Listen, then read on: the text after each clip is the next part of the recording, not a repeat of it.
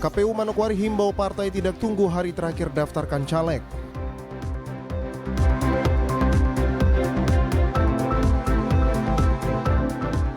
Majelis Jemaat dan Hamba Tuhan diajak menghormati pekerjaan Tuhan.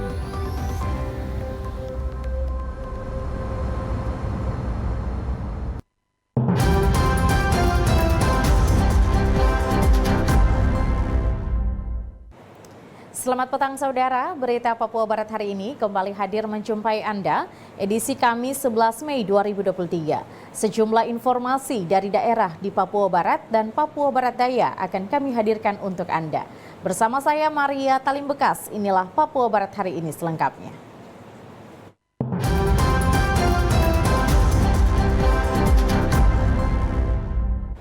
Saudara, hari ke-11 pembukaan pengajuan bakal calon partai politik yang mendaftar ke KPU Provinsi Papua Barat, yaitu Partai Hanura dan PDI Perjuangan. Selain itu, bakal calon DPD Perwakilan Papua Barat, yaitu Philip Wamafma dan Adolfo Nataba, sebagai bakal calon anggota DPD Dapil Papua Barat juga ikut mendaftar. Kamis 11 Mei 2023, hari ke-11 pendaftaran pengajuan bakal calon anggota Dewan Perwakilan Rakyat Papua Barat dan Dewan Perwakilan Daerah Dapil Papua Barat untuk pemilihan umum tahun 2024. Tepat pukul 14.00 waktu Indonesia Timur, partai pertama yang hadir mengajukan bakal calon anggota yaitu Partai Hanura. Ketua partai bersama anggota diterima langsung oleh Ketua KPU Papua Barat, Paskali Semunya, bersama anggota didampingi Bawaslu Papua Barat. Selanjutnya, Ketua KPU menerima Partai PDI Perjuangan yang dipimpin Sekretaris bersama anggota Partai PDI Perjuangan yang ditandai dengan penyerahan pengajuan bakal calon. Yang ketiga yaitu Philip Wamafma, bakal caleg DPD Incumbent Dewan Perwakilan Daerah Dapil Papua Barat, diterima KPU Papua Barat. Dan yang keempat yaitu Adolfo Nataba, bakal calon DPD yang mendaftar ke KPU Provinsi Papua Barat. Dari hasil pemeriksaan data pengajuan bakal calon untuk partai politik Hanura dan PDI Perjuangan dan bakal calon DPD Philip Wamafma dan Adolfo Nataba diterima untuk diperiksa lebih lanjut. Hingga hari ke-11, jumlah partai politik yang sudah mendaftar sebanyak 4 partai politik, yaitu Partai PKS, Partai Umat, Partai Hanura, dan Partai PDI Perjuangan. Sedangkan bakal calon anggota DPD yang sudah mendaftar sebanyak 10 orang. Jimmy Tabisu, TVRI Papua Barat, melaporkan. Sementara itu saudara, memasuki hari ke-11 tahapan pendaftaran partai politik calon peserta pemilu 2024, Komisi Pemilihan Umum KPU Kabupaten Manokwari kembali kedatangan satu partai politik yang menyerahkan berkas pendaftarannya pada Kamis 11 Mei 2023 siang tadi. Kamis pagi tadi, Dewan Pengurus Cabang Partai Demokrasi Indonesia Perjuangan (PDIP) Kabupaten Manokwari mendaftarkan bakal calon legislatif ke Komisi Pemilihan Umum KPU Manokwari yang didampingi langsung Ketua dan Sekretaris DPC PDIP. Ketua DPC PDIP Manokwari, Hermus Indo, menyampaikan proses pendaftaran yang telah dilakukan hari ini bisa berjalan dengan lancar, semua karena kerja keras dari seluruh caleg untuk memenuhi kelengkapan administrasi mereka, sehingga di hari ini tidak didapati dokumen administrasi yang kurang. Hermus menambahkan, hari ini DPC PDIP Manokwari mendaftarkan sebanyak 30 orang calon, di mana 9 diantaranya merupakan perempuan. Yang telah berpartisipasi dan bekerja keras bersama-sama dengan seluruh para caleg untuk memenuhi seluruh kelengkapan administrasinya sehingga hari ini kita tidak dapati celah yang kurang dari seluruh proses administrasi. Kami juga menyampaikan terima kasih kepada Komisioner KPUD Kabupaten Manokwari dan Bawaslu yang tentu bahu-bahu untuk menerima proses pengajuan dan pendaftaran seluruh bakal calon dari PDI Perjuangan Kabupaten Manokwari pada hari ini. Sementara Ketua KPU Kabupaten Manokwari, Aplena Romaikeu, mengatakan PKS dan Partai PDIP merupakan partai kedua yang melakukan pendaftaran ke KPU Manokwari, setelah sebelumnya pada Senin tanggal 8 Mei 2023 dan Kamis 11 Mei 2023. Sampai hari ini kami KPU Kabupaten Manokwari di tanggal 11 Mei 2023 sudah ada 2 partai politik yang datang ke kantor KPU untuk mengajukan bakal calon, yaitu Partai PKS dengan status hari pertama itu tanggal 8 dikembalikan karena ada dokumen yang belum lengkap. Kemudian pada tanggal 9 kembali lagi dan statusnya sudah diterima. Dan hari ini tanggal 11 Mei 2023 Partai PDI Perjuangan sebagai partai kedua yang datang mengajukan bakal calon. Tadi tepat jam 10 tiba di kantor KPU Manokwari dan menyerahkan dokumen pengajuan bakal calon, dan setelah dilakukan verifikasi dinyatakan lengkap dan diterima. Natalindo Kerewai, TVRI Papua Barat melaporkan. Para Komisi Pemilihan Umum KPU Kabupaten Manokwari menghimbau partai politik agar tidak menunggu hari terakhir pendaftaran untuk menyerahkan daftar calon anggota legislatif caleg DPR Manokwari. Ketua KPU Kabupaten Manokwari, Aplena Romaikeu, saat ditemui TVRI Papua Barat Kamis siang kembali menghimbau kepada seluruh bakal calon dari masing-masing partai yang hingga kini belum mendaftar, segera daftarkan bakal calon anggota legislatif mereka, agar bila terdapat hal-hal yang ditemui dalam proses penginputan, bisa langsung berkoordinasi dengan tim teknis KPU Manokwari. Aplena berharap dengan kurun waktu tersisa 3 hari, 16 partai yang sisa bisa segera memasukkan dokumen mereka, sehingga tidak di menit-menit akhir pendaftaran, karena KPU juga mengantisipasi bila mana ada dokumen yang tidak lengkap. Kami selaku penyelenggara KPU dan juga Bawaslu, kami berharap kepada partai politik untuk artinya kalau memang ada hal-hal yang ditemui dalam proses penginputan, mungkin mengalami kendala dan sebagainya, mungkin segera bisa berkoordinasi dengan tim teknis kami, tim helpdesk, sehingga bisa dibantu terkait dengan proses-proses bagaimana mungkin ada kendala dalam proses penginputan atau mungkin ada yang masih belum dipahami, karena ini pengerjaannya dilakukan oleh masing-masing admin partai politik, sehingga kita berharap dalam waktu 3 hari yang tersisa ini 16 partai yang sisa bisa segera untuk memasukkan dokumennya. Artinya jangan sampai masuk di menit-menit terakhir, karena kita mengantisipasi kalau ada dokumen yang tidak lengkap, sehingga akan lebih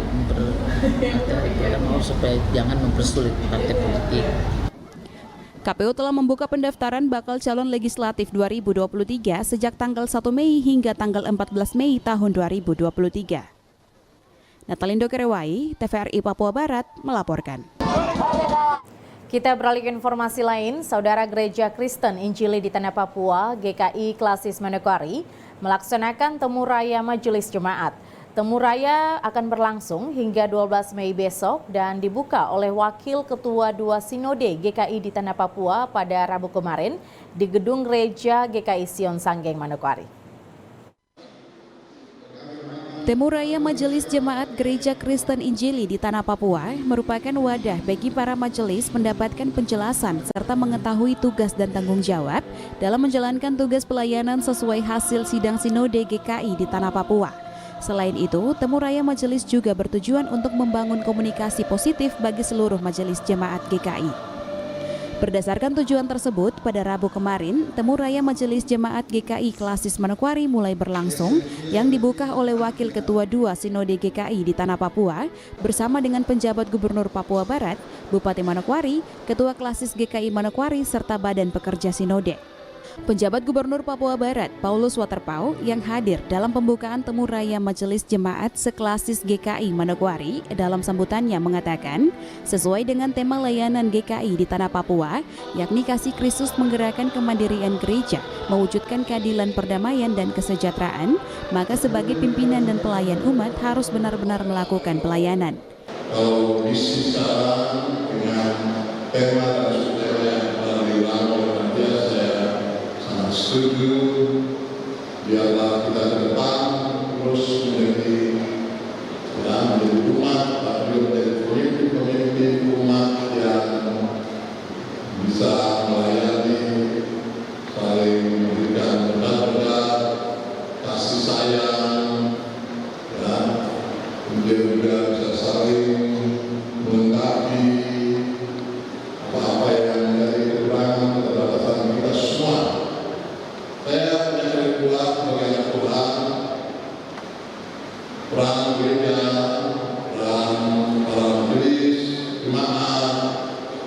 memang harus benar.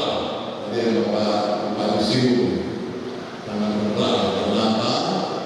Kalau kami dari aparat pemerintah itu tidak mampu untuk melayani sampai menyentuh hati sampai masyarakat yang berbagai problem mereka, maka firman Tuhan itulah saja yang bisa menyejukkan hati dan juga menenangkan jiwa dan juga memenangkan jiwa-jiwa masyarakat. Pendeta Albert Romaropen sebagai anggota BPAM Sinode GKI di Tanah Papua wilayah 6 dalam sambutannya mengatakan temu raya majelis jemaat dilakukan di 12 wilayah Sinode GKI yang dibagi dalam 94 titik pelaksanaan. Klasis GKI Manokwari merupakan titik yang ke-13 yang diikuti oleh 53 jemaat dengan tujuan untuk menyatukan persepsi dari para pemimpin jemaat GKI di Tanah Papua, khususnya klasis Manokwari. Tujuan dari kegiatan pengulangan majelis jemaat GKI di Tanah Papua 2023 ini adalah pertama, membangun kesehatan di antara pelayan firman sebagai ketua majelis jemaat dengan anggota majelis jemaat yang adalah ketua dan semas dalam melaksanakan tugas panggilannya di tengah-tengah jemaat dengan taat, setia dan benar-benar kepada Tuhan sebagai firman Allah. 2. Membangun pemahaman bersama terhadap keputusan-keputusan gereja yang telah ditetapkan dalam sidang Sinode 18 tahun 2022 di Tanah Papua. Memperhatikan tujuan dari kemuliaan majelis jemaat ini, maka pada akhirnya Sinode menghimbau kepada saudara-saudara sebagai peserta temu raya yang adalah pemimpin-pemimpin jemaat untuk serius mengikuti temu raya ini dengan baik dan bijaksana. Arina Irianan, TVRI Papua Barat melaporkan. Sementara itu, Saudara Bupati Manokwari Hermus Indo yang hadir dalam pembukaan temu raya Majelis Jemaat seklasis GKI Manokwari mengajak seluruh jemaat serta para pimpinan jemaat dan hamba Tuhan untuk menghormati pekerjaan yang diberikan oleh Tuhan. Temu Raya Majelis Gereja Kristen Injili GKI di Tanah Papua klasis Manokwari yang berlangsung selama 3 hari di Jemaat GKI Sion Sanggeng dimulai sejak Rabu kemarin hingga Jumat 12 Mei 2023 besok. Bupati Manokwari Hermus Indo yang turut hadir dalam pembukaan Temu Raya Majelis dalam sambutannya mengatakan, Temu Raya Majelis Jemaat GKI Klasis Manokwari selain disyukuri, namun yang terpenting ialah seluruh majelis jemaat dan pimpinan jemaat serta para hamba Tuhan yang harus yakin jika mereka merupakan pilihan Allah untuk bekerja karena janji, kehormatan dan berkat pasti diberikan oleh Tuhan.